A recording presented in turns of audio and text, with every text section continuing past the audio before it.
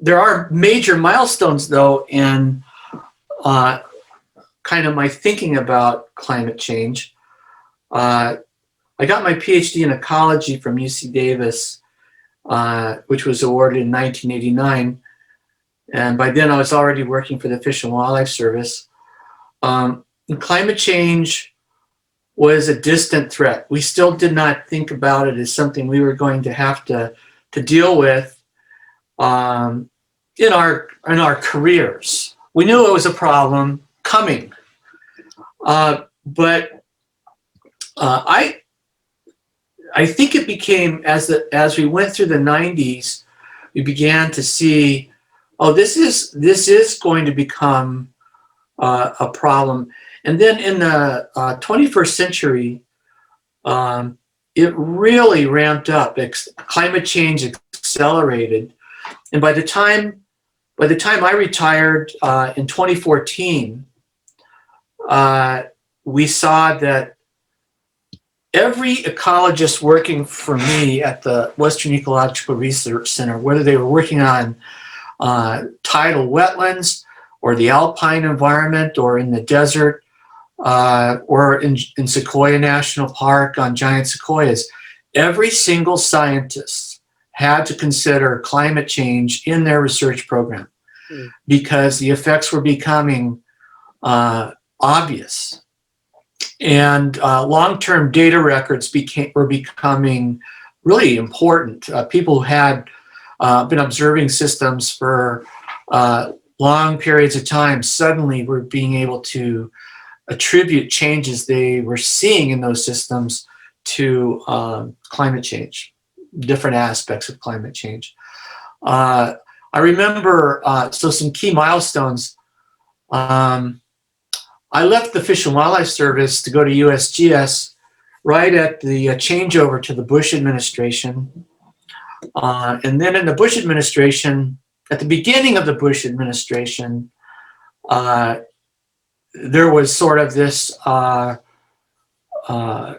change, a political change where scientists were discouraged from talking about climate change, which is a problem. I mean, that's not appropriate.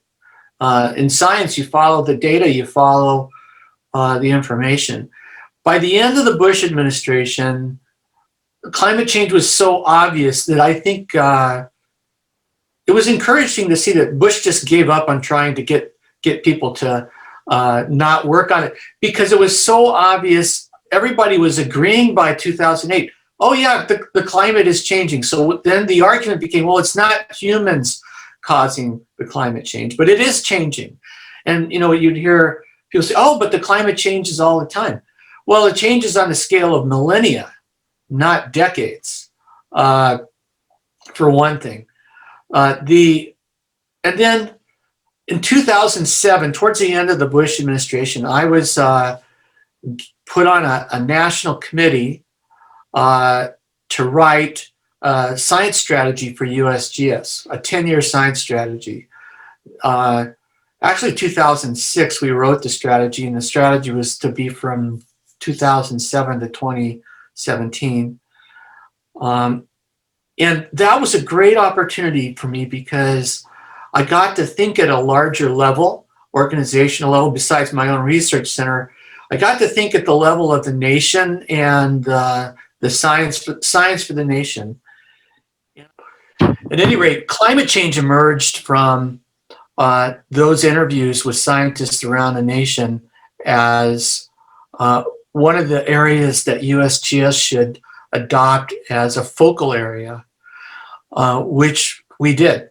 One of the things I'll tell you that I remember I was interviewing a scientist at the Aros Laboratory in Sioux Falls, Iowa, and where we have a lot of our geographers.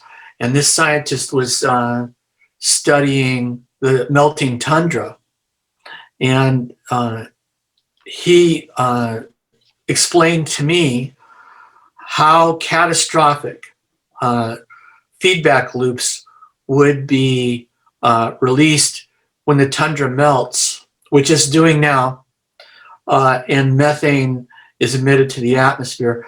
The tundra, it turns out, is a huge carbon storage machine. When it freezes, it locks in a lot of carbon, and the melting and thawing or the freezing of the Arctic is a major climate change lever. And he was giving me the math on how much methane, how much carbon is in the tundra, and that if it melts, we get into runaway feedback loops. And I just found that was one of those moments where I realized, oh, we are in big trouble. Was going through carbon budgets. It was a talk on managing carbon, and I realized for us to really manage this problem, we're going to have to become carbon accountants, and we're going to need to take into consideration the carbon cost of every single thing we do if we're going to manage it. I mean, it's like spending money without having a budget. And going bankrupt because you didn't keep track of things. You didn't know how much money was in your account. So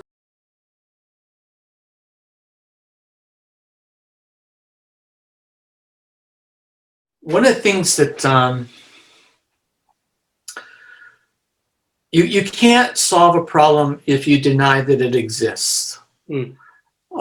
So if we're still going to be arguing about does this problem really exist when it's right in our face, then we're not going to be unified in taking action. We need to have a common understanding to solve problems as a society.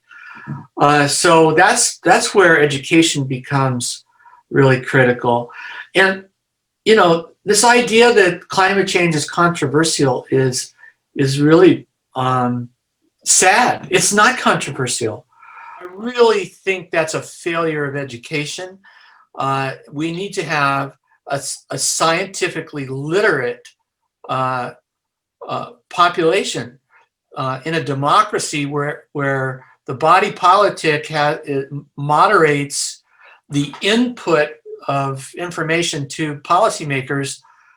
If you have an scientifically illiterate population, you'll see all kinds of bizarre reactions to information, that false controversies, denial, and delayed policy implementation that costs lives. And so it's a real critical thing.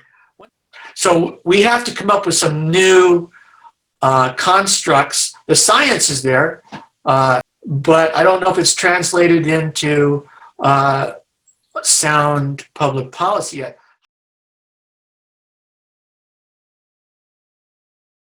Yeah, well, I would tell teachers should know that there are a lot of good resources on the internet. Despite the fact that we had a hostile political administration to the concepts of climate change, NASA and NOAA and USGS still have really great resources online that explain the data. And so teachers should be aware of that. There's also part of the misinformation that's out there is about alternative explanations of climate change. And there's a private website called Skeptical Science. I don't know if you're familiar with that one, but they have a lot of good information to counter popular black market myths about climate. For the students, I always tell the students the same thing. They need to hold hold the adults accountable for the world that they're going to inherit. They need to demand that they be educated about climate change and world change and climate change solutions. And I would encourage them not to be discouraged. We've wasted the last 4 years Absolutely. Um, Yeah, we won't get those back. and it's tragic, but one of the things that is really clear to me talking with you too is the responsibility of our educational system, top to bottom, to address this issue.